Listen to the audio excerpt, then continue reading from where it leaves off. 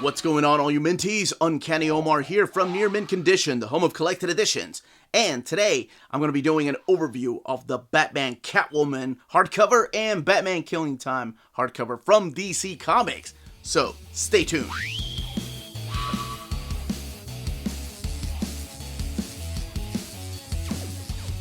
And welcome back, everybody. So, what we're looking at here are the latest two hardcovers from the world of Batman, but mainly from the world of Tom King. And before I go any further, these are standard size hardcovers. If you saw my World's Finest overview, you know those are the type of dimensions. But in case you didn't, the dimension of the pages inside of the hardcovers are the same dimensions as that of a trade paperback or single issue. So that's something to keep in mind if you were expecting these to be deluxe editions.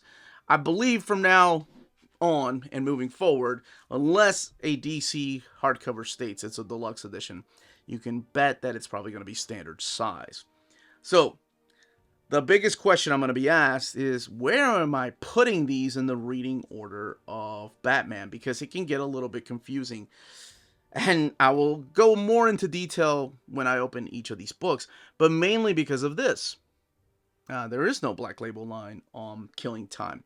So for me, I think it's up to the reader as to what's canon and what isn't. So at least for me, Batman Killing Time, for example, takes place in the past. It could be considered during his year 2 run, or I guess Long Halloween run. So I'm putting it here before Volume 1 of the Deluxe Edition. And Batman Catwoman, to me, feels like his bookend story to his Batman run. And like I said, I'll go more into detail when I open these up. But keep in mind, they're standard size, so they look smaller than your Deluxe Edition. And it may look silly to people, but I like to keep things in chronological order. I may move them with my other Batman trade paperbacks later. I guess maybe if an omnibus is announced one day.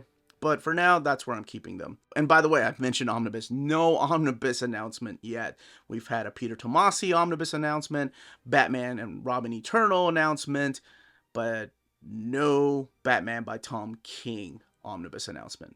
As of this video, who knows? If you're watching this a year from now, we could be sitting on 2, but alright. So the first book I'm going to be talking about is Batman Catwoman. And you're probably wondering, wait a minute, but here, let's actually look at the spines. But you just showed that you're going to put it at the tail end. Yes, I am, because it wraps up to me the stories that he started there, even though it's a DC Black Label line. And for those confused about that, the DC Black Label line, what could it mean?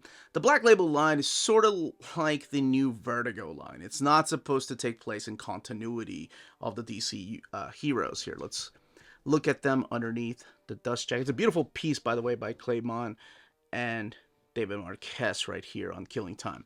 Underneath the dust jackets, it's another beautiful piece by Claremont and another piece by, I believe that is Marquez. And spines. So yes, that's what's a little bit confusing, is that this one is Black Label, whereas the rest of his series wasn't. And this is a DC logo, so not Black Label. But Black Label can also mean language and violence. So maybe that's why they put it as a Black Label. But because they censor out curse words, I don't think that's the case. I really think it was more of a playing it safe type of scenario. DC was like, okay, a lot of people don't want to see these characters together because of the whole thing that happened within the pages of Batman by Tom King. We'll just say this is an alternate reality. To me, before I even crack this open, I think it's up to the reader. You can make it canon, or you could be like, oh, this is horrible, this is not canon, none of this happened. I think that's what a lot of writers have done. Honestly, in an interview with, James Tynion, he said that, hey, it could be canon, but most of us are choosing to ignore it because those stories are not affecting Detective Comics or the Batman ongoing series. So even the creators themselves are confused as to whether this is canon or not. So I'm going to crack this open, and I'll crack the other one open. But before I do want to state that I am going to be talking about some spoilers, because the premise of this book is confusing, and I have to talk about what makes it confusing, and part of that is going into minor spoilers, so keep that in mind. And I'll put a timestamp in the description of the video where you can jump around if you're just interested in Killing Time or if you don't want to know any spoilers about this. But minor spoilers at that, but spoilers nonetheless, because some people don't want to know anything, and they're maybe reading Batman right now, and they're like, oh man, I don't want to know. Although I'm curious why you don't think it's canon. But anyway, let's go ahead and crack this open. Alright, let's go ahead and crack this open. There's your end paper right there in this image, Batman Catwoman. And this series right here, or this hardcover, collects Batman Catwoman 1 through 12, plus the Batman Catwoman special, and then material from Batman Annual 2, Catwoman 80th Anniversary, 100-page special, super spectacular is what it was called, and then Detective Comics 1027. And here are your credits, broken down by the series. You see Clay Mann being the main artist there on the Batman Catwoman series, but then Liam Sharp stepping in for a couple of issues during that run. But you can see the artists right here, including Walter Simonson and Mikhail Janin. And this, of course, is material from that particular era. Batman created by Bill Finger and Bob Kane. And we kick it off with issue number 1 of Batman Catwoman. Again, this can be read after you read all of Tom King's Batman, or it can be read as a standalone story. It really is up to you how you want to take this. To me, this feels like a bookend of his run. But to some people, they're like, I'm okay just reading it by itself. And when I said earlier that the story can be a little bit confusing, and that's mainly due to the fact that we're dealing with different times, and I'll explain that here in a second. So we talked about what's collected in here. This book has 272 pages and retails for $39.99. So Tom King had been writing Batman for about 4 years, and the rumor was that DC was not happy with the sales. So they gave him his own title, and then step in Peter Tomasi as the new Batman writer, James Tynion keep writing detectives, and then James Tynion took over Batman, and eventually right now it's Chip Zdarsky and Mariko Tamaki writing Batman and Detective. So this was its own series. And again, that was a rumor. I don't think it was ever stated as fact that, oh yeah, we let Tom King go because sales were bad and he got his own Batman Catwoman title. I think Batman sells regardless of what it is. But after 4 years, he got to wrap up some of the loose ends that he started with that Batman series. And if you've read Batman Deluxe Edition Volume 6, or in trade paperback format, or in single issue format, this final issue really does feel like it wraps up a lot of that series. Alright, so what's going on in here? What makes it a little bit confusing? Well, we're dealing with 3 different timelines, and that's what makes it a little bit confusing. That and the big dialogue that is told through here. But I kind of dig that. All right, so we have the past where Bat and Cat first fell in love, right? It's an older story, and you can tell when they show up because of the costumes they're wearing. And they fell in love for the first time, flirting a little bit. And then you have what we consider the present.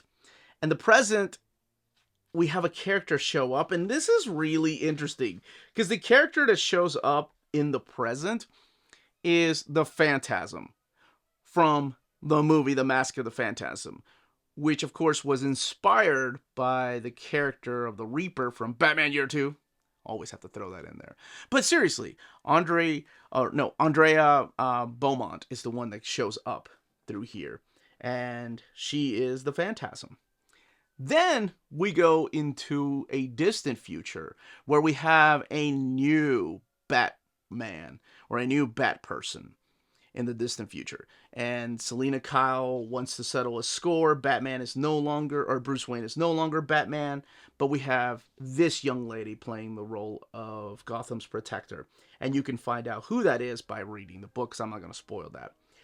This gets a little bit confusing because of those 3 timelines. And because of the narration. And there's a lot of narration in here. This is what I was talking about. If this is a Black Label line, why not go ahead and just, throw I assume the F-bomb. I don't know. This goes into some dark territory. This honestly feels less like a Batman comic and more of a Catwoman story. So if you're a fan of the way that he wrote Catwoman, this is for you. These are the Liam Sharp fill-in issues, which again is gorgeous. I love his range in artwork. I was just talking about him on my Saturday stream.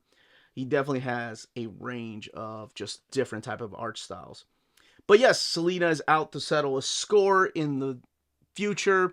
We have the Phantasm and the return of somebody that meant a lot to Bruce Wayne, Andrea Beaumont, in the present. And then the past is a story that kind of ties everything together. And again, my gosh, this artwork by Clay Mann, woo, it is awesome. So why is the Phantasm back? What does it have to do with Batman and Catwoman? Well, it ties it in really nicely. That's why. The only thing I wish they had done, and this is something that I've talked about in the past with the covers. So we do have, again, the textless covers, but we don't have the cover that you're on, so you don't know if this is issue number 1. Of course you know, right? But in here is where they put in parts of the annual, parts of the Catwoman 80th anniversary 100 super spectacular. So you don't know exactly where you're reading. Are you still reading the 12-issue maxi series? Are you finishing it with the annual? Are you finishing with the Walter Simonson story? Are they keeping all the extra stories in the back? Well, that's where all of the stories are kept. All the extra stories are kept in the back. The Lee Week story from the annual, the Mikhail Janin story, the story by Walter Simonson, all of it is kept in the back. So the main 12 issues are 1 through 12. So keep that in mind when you're reading this. And it kind of makes sense to keep that final page in there as the last story. All right, let's look at the extras. So here we have the variant covers, and we have some thumbnail covers. So not only splash pages, but you do get some in thumbnail. And beautiful covers there by Jim Lee. Travis Charest actually doing some of the covers too. It's nice to see him make a comeback.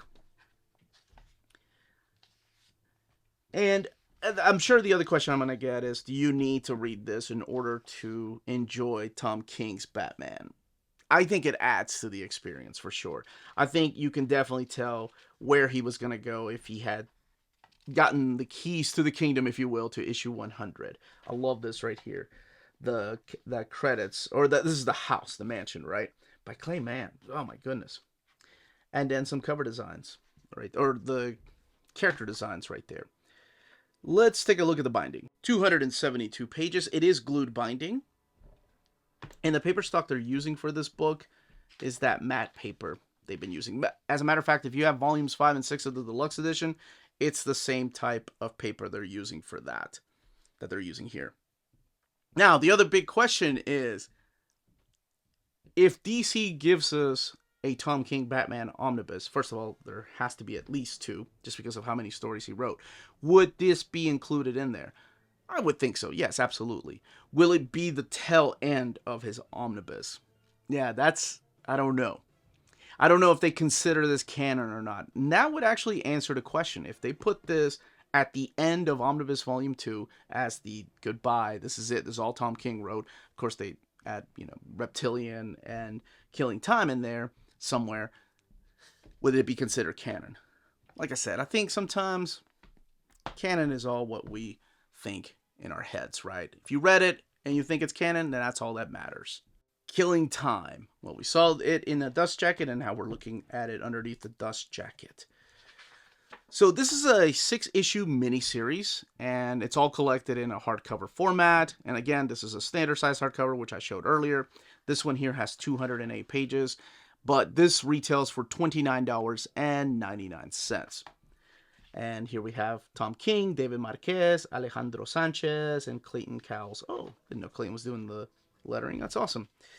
And the covers, again, with nothing in the back letting you know. But when you're looking at 6 issues, it's pretty easy to tell. I mean, I guess if you're keeping tabs on how many issues you've read, this is pretty easy to tell.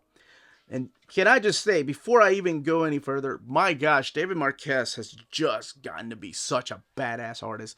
I like this stuff at Marvel Comics with Ultimate Spider-Man, but the stuff that he's doing here is just next level. Maybe the coloring, I don't know, but I think it is freaking awesome. All right, so what is this? Why did I put this at the beginning? And I mentioned it being or feeling a lot like Batman Year 2. Well, it's actually kind of what it is. It feels like it took place back then. We have a rogue gallery already established for Batman, and we've had Batman still being sort of new at the game. He doesn't have a Robin yet, and I think that's why I and maybe a lot of other people put this right around the long Halloween era of Batman. Could it be out of continuity? Sure, absolutely, because a lot of these stories, like Legends of the Dark Knight, take place in the past, so they may or may not have happened. The story here is pretty interesting, though, because I had just finished reading the Batman Catwoman hardcover, and I came immediately to this, and this is a different type of Catwoman, even though it's still Tom King writing her. She is not in love with Batman. As a matter of fact, it kind of feels like her and Edward Nygma have something going on. She flirts with the Joker. It's a lot different than coming from Batman Catwoman, where they're lovey-dovey, the flirtation's there. Here, she's just a thief and kind of a ruthless person. Not that she isn't, because she did surprise me in that Batman Catwoman, and when you read it, you'll see what I'm talking about. But back to this. So this is all about how the Riddler and Catwoman and team up with Killer Croc to go and steal something from Bruce Wayne. And they're robbing the Wayne Gotham security to steal this. Doesn't matter what it is. It's a MacGuffin. They keep looking at it, right, throughout the book. Now, they steal this MacGuffin from Bruce Wayne, Wayne Securities, and they're supposed to give it to the Penguin, sell it to the Penguin. However, the Riddler and Catwoman end up betraying the Penguin and beating him almost to death. So this starts off we're going to go and get this back, and we got to get this MacGuffin back from them. Batman is out there to stop them. So this is the scene right here of issue number 1, which ends with the beating of the Penguin. So, of course, the Penguin sends out somebody that is kind of a badass. He's called the Help. And he's kind of a mix between like Alfred and Batman together. He's an assassin that the Penguin hires and is going after these characters. And when he takes on Batman, there's this amazing fight between him and Batman where he just recalls all of these characters that he's fought in the past, that Batman's familiar with, and you don't know who's stronger. And like I said, I would have loved to have seen more of this guy right here known as the Help. And then that's pretty much it. That is the premise. So you have the Help going after Catwoman and the Riddler. We are introduced to this fiance, sometimes not, of Killer Croc. And then, of course, Batman trying to help those two characters out before the Penguin's people get a hold of them. Does he get that little piece back? And who is really behind all this? I would say, not to pat myself on the back, but because it's laid out pretty strong out there, you can figure out who the villain is. If you're familiar with the whole mythos of Batman, about 2 issues, you're going to be like, oh, that's why all this is important. Got it. Alright, so let's talk about the confusing part about this book. Because much like Batman Catwoman, this takes place during different times. But unlike Batman Catwoman, which only takes place in 3 different times, where we have the past, the present, and the future, this takes place at different times throughout the same day, at different days throughout that same week. And it wouldn't be that bad, right? If you're like, okay, he's telling the story of how all of this is set up. This lady playing tennis obviously is important because it takes place earlier, before the robbery. Then we go back to the robbery. And then we have Commissioner Gordon sometime after the robbery. And the bat signal's turned on. It's okay, making sense so far. This isn't that bad to keep up with, right? As long as it's keeping it within the same week. So you got 14 hours before how all the setup went, who put all this together. But then it gets into a little bit of a Tom King, trope. And he makes it where you almost feel like you're watching an independent movie, a really artsy movie, because what he does is he decides to add another time in here, and it keeps coming back. So at 405 BC, on what will become April 21st at 7:32 a.m., and you have things in there like that. Now, of course, all of it coming together really nicely. So if you're keeping eyes on this, or if you're a fan of keeping times of all this stuff, or you're familiar with a lot of this historical stuff, even the fictional history from Batman, this might be like the smartest, greatest Batman book for you. But I can see where that turns off a lot of people. It's almost written a little bit pretentious, or what people would seem like it's pretentious, because okay, we get it, Tom King, you're a really smart guy. A lot of writers have used that before in the past. But it's really interesting to see how all of it comes together. And And then you think, like, were all those BC times really necessary or not? But anyway, that's what this is. So that is miniseries, and all of it wrapped up by the end, and again taking place in Batman's past. So to a lot of us, there it is. It was David Marquez. It does feel like a Batman Year 2 type of story. Now, of course, it feels like it's a Year 2 or a story that takes place in the past. I say that, but then I can see where maybe some people might be confused because of the portrayal of the Penguin. It feels more like a Tim Burton Batman Returns Penguin when you see him here just eating fish, and then you see the character design. It kind of looks like the Danny DeVito type of penguin. So keep that in mind too. So all the way in the back, we have variant covers, and we have some design gallery. So different artists. And again, a lot of these covers don't amount to anything when it comes to the story. They're just covers to sell comics sometimes. Although this one wasn't as bad as Bat and the Cat. And then the layout for the covers right there. Sketches. And other Batman books. And other Tom King books. Alright, let's take a look at the binding. 208 pages. It is sewn binding. And there are a couple spread pages through here. One that I can't really show because it's a bit of a spoiler. So let me see. King doesn't really do a lot of spread pages. He does a lot of splashes, but he doesn't do a lot of spread pages. But this is kind of the way the book lays over. And towards the back of the book right here. This one does try to shut a little more than the Bat and Catwoman book. But that, as they say, is that. If you're interested in purchasing either of these books, or both of them, check out our sponsors. If you're in Europe and you're interested in buying these books, definitely check out Walt's Comic Shop in Berlin, Germany. They have the cheapest pre-order prices, flat shipping rate of €12 for all EU countries, emails answered within 24 hours, waltscomicshop.com, and you can use the code nearmintcondition at checkout and get free shipping for all EU countries with your first order over €40. That's Walt's Comic Shop, your reliable source for omnis and premium collected editions in Europe. Ding!